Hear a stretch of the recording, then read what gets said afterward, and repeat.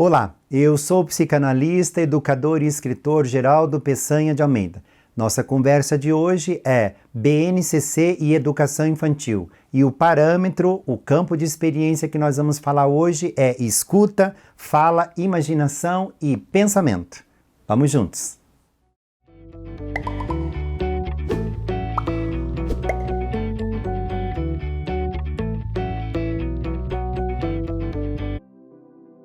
Estamos fazendo ao longo de todo esse mês uma formação continuada aqui pelo canal sobre a BNCC e a educação infantil. Já tratamos de alguns campos de experiência e o campo de experiência de hoje é escuta, fala, pensamento e imaginação.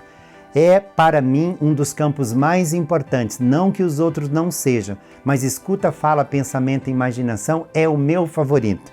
Nesse campo de experiência nós temos a oralidade, a literatura, a contação de história, os filmes, os relatos de experiências e, sobretudo, as descrições. Eu vou começar pelo último. Muitos professores da educação infantil perguntam para mim, mas o que seriam descrições na educação infantil? Chega na escola na segunda-feira e pergunta para os teus alunos, bote uma fotografia, bote um quadro e peça para ele descrever aquilo com detalhes. Ele não esquece nada. Essa competência a ser desenvolvida da descrição é a competência da observação. É fazer com que a criança aprenda a olhar o mundo, aprenda a ver as coisas do mundo dela em torno dela. Eu achei muito interessante que uma professora me contou que a filha dela chegou em casa e disse assim, mãe, a senhora observou na agenda que tem uma data para a senhora ir na reunião na escola? Então a mãe respondeu para a criança, sim, minha filha, eu já vi que tem uma reunião na próxima semana, no dia tal. E aí a mãe completa para a filha, eu preciso mesmo ir na escola conversar com a professora, porque até agora nós não tivemos nenhuma reunião e eu não sei como está o seu desenvolvimento na escola. Eis que a criança vira para a mãe e diz, mãe, a senhora precisa mesmo ir na escola conversar com a professora, porque até agora a professora não me deu nenhum banho na escola. Ou seja, ela tinha entrado no primeiro ano, estava lá para o mês de março e abril e ela tinha observado que, diferente da educação infantil, no fundamental ninguém dá banho em ninguém. E ela tinha achado aquilo muito diferente e estranho. Então ela colocou, mãe, acrescente na sua pauta de conversar com a professora que eu não estou tomando banho e ninguém também está tomando banho. Isso é interessante para a gente perceber que a criança percebe o mundo ao entorno. Então esse campo de experiência, esse campo de aprendizagem, da escuta, da fala, do pensamento e da imaginação, é justamente o campo de experiência que leva a criança a perceber o entorno, a perceber o mundo. O Umberto Eco tem um texto muito maravilhoso que ele diz que se nós sentássemos numa praça e ficássemos o dia inteiro olhando tudo em volta da praça e descrevendo o que acontece, no momento que acontece, ao fim do dia não saberíamos o que de fato tinha ou aconteceu naquela praça ao longo do dia. O que o Eco quer dizer com isso é que, por mais que tenhamos a capacidade aguçada de descrever, a nossa descrição é sempre limitada, porque a nossa observação não é perfeita. Ensina a criança a observar, a perceber, a reconhecer. Este é o mote maior desse campo de experiência. E ela pode perceber o mundo na literatura, na contação de história, na contação de causos ou de experiência dos amigos, na conversa com adultos, na oralidade dos adultos, da professora e dos próprios amigos. Então esse campo de experiência pressupunha uma escuta da história do outro, do relato do outro, da descrição do outro, pressupunha uma fala minha e do outro, mas pressupõe também a nossa imaginação, o nosso encantamento, o nosso maravilhar-se diante dos textos produzidos para desencadear o encantamento. Então, não se esqueça, esse campo de experiência é o que transforma um menino num homem, uma menina numa mulher, e uma mulher e um homem em seres de luz, em seres delicados, em seres especiais e altruístas para o mundo. Agora nós vamos desenvolver alguns desses conteúdos que estão contemplados nesse campo de experiência da escuta, da fala, do pensamento e da imaginação. Quais conteúdos os educadores e as educadoras precisam trabalhar dentro desse campo de experiência? O primeiro deles é o nome da criança, a família da criança e a origem da criança. Ou seja, de onde você vem, meu aluno querido? De onde vem a sua família? De onde vem o seu nome? Eu acho interessante fazer uma pausa aqui para se perguntar. Às vezes as crianças têm nomes que são todos eles começados com a mesma letra na família. É o meu caso. Eu e meus irmãos, todos nós temos nomes que começam com a letra G. E tem uma lógica e tem um porquê. Às vezes tem famílias que todas as mulheres são Marias. Às vezes todos têm nomes de santos, às vezes todos têm nomes de tios, ou nomes que são Júnior, né? Ou filho, ou neto. Por que as crianças têm esses nomes? Já se perguntou que uma criança não sabe por que ela é João Júnior ou João Neto? Isso é conteúdo, isso é reconhecimento, isso é percepção. Uma criança precisa perceber quem ela é nesse contexto de vida, quem ela é nesse contexto de mundo. Portanto, primeiro conteúdo é resgatar a origem da criança. Quem é você? De onde vem o seu nome? Como o seu nome foi escolhido? Nome do seu pai, nome da sua mãe, seus avós, toda a árvore da família, de onde vem, quem são, que é dar esse reconhecimento, esse empoderamento e esse espaço para a criança poder habitar. A partir daí, esse campo de experiência entra nos conteúdos literários, a poesia, os poemas. Os professores, normalmente da educação infantil, têm uma certa dificuldade de trabalhar com poesia, como se a criança não pudesse entender. E aí eu me lembro da Cecília Meirelles, né? Livros extraordinários como Isto ou Aquilo, tá? E Clarabella na Janela.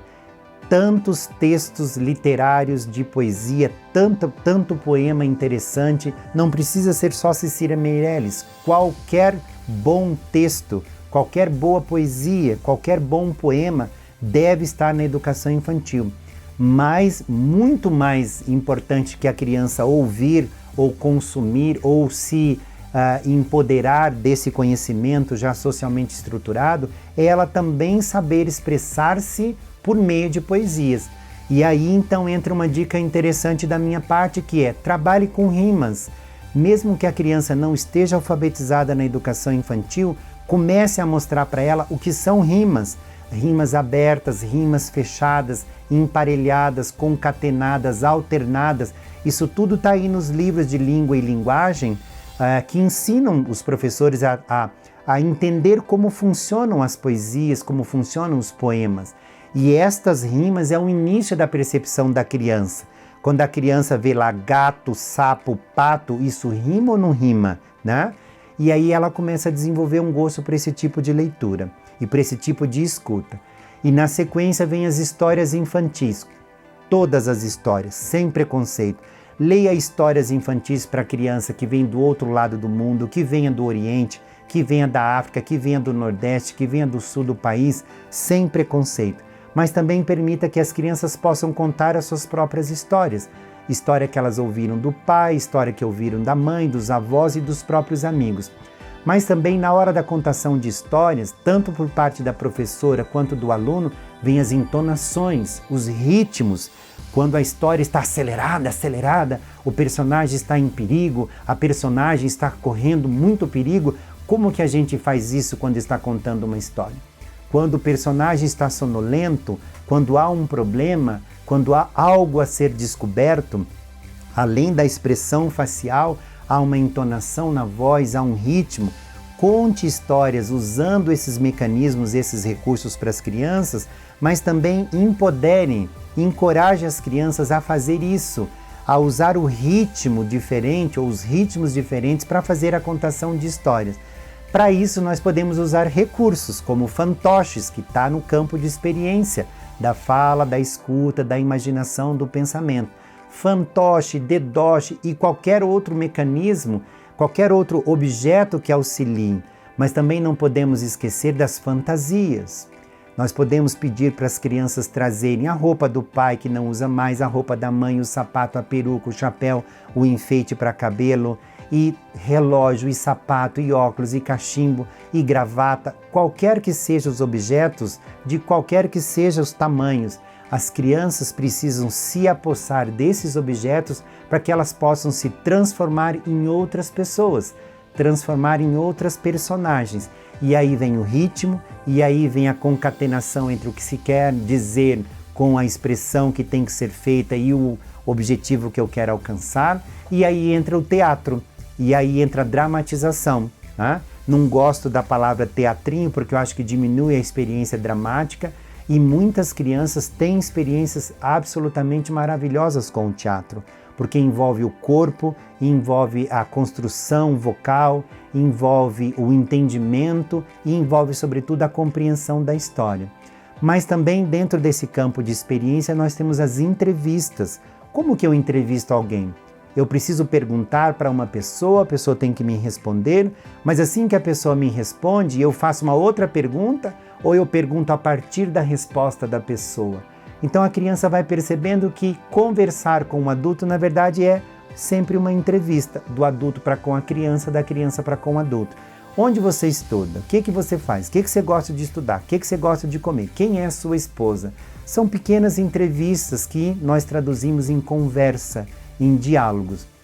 E para tudo isso acontecer, um dos conteúdos que a BNCC traz é construção de cenários. As crianças adoram, enlouquecem. E os professores têm muita dificuldade de entender que quanto mais rico for o cenário, mais rica também será a produção do teatro, da dramatização, do fantoche ou do dedoche. O contexto que a criança cria faz com que a imaginação e o pensamento fluam com muito mais condições.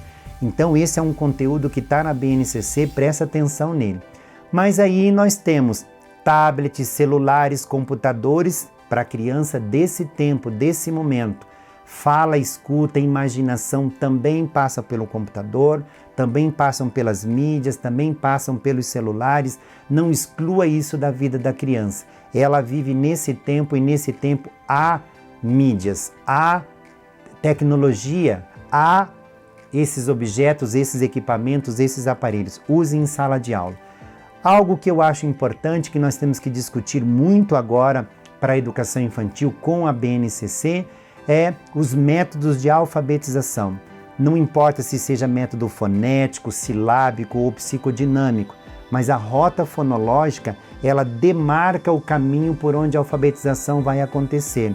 Ou seja, se a criança na educação infantil tem uma boa oralidade, não tem trocas silábicas como tlancado, balata e outras coisas dessa natureza, isso orienta num processo de alfabetização bem interessante.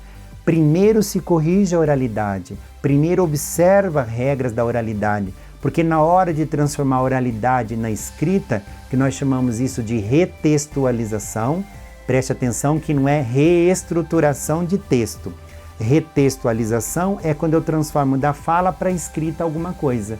E o processo de alfabetização também é um processo de retextualização. Ele pode acontecer com muito mais qualidade quando a criança tem uma boa oralidade. E aí vem hipóteses de escrita dentro desse campo de experiência.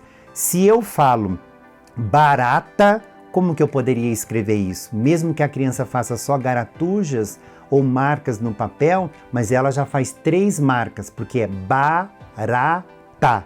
Se ela vai falar bola, ela só faria 2 marcas. Essas percepções nós chamamos de rota fonológica, mas orientam também a hipótese da escrita. E por último, tentativa espontânea de escrita. Não se esqueça, criança na educação infantil também pode escrever, também pode ler. Vai depender do potencial que cada criança apresenta. Nem toda criança sai lendo ou escrevendo da educação infantil, mas há muitas crianças na educação infantil que podem escrever e ler com grande competência, sem que, com isso, tenham que deixar de viver o lúdico, a imaginação, a fantasia e todos os outros conteúdos. Faça um bom planejamento, lembre-se que as crianças estão sempre preparadas para descobrir o mundo e no mais, como eu sempre digo, educar é um ato de persistir com delicadeza.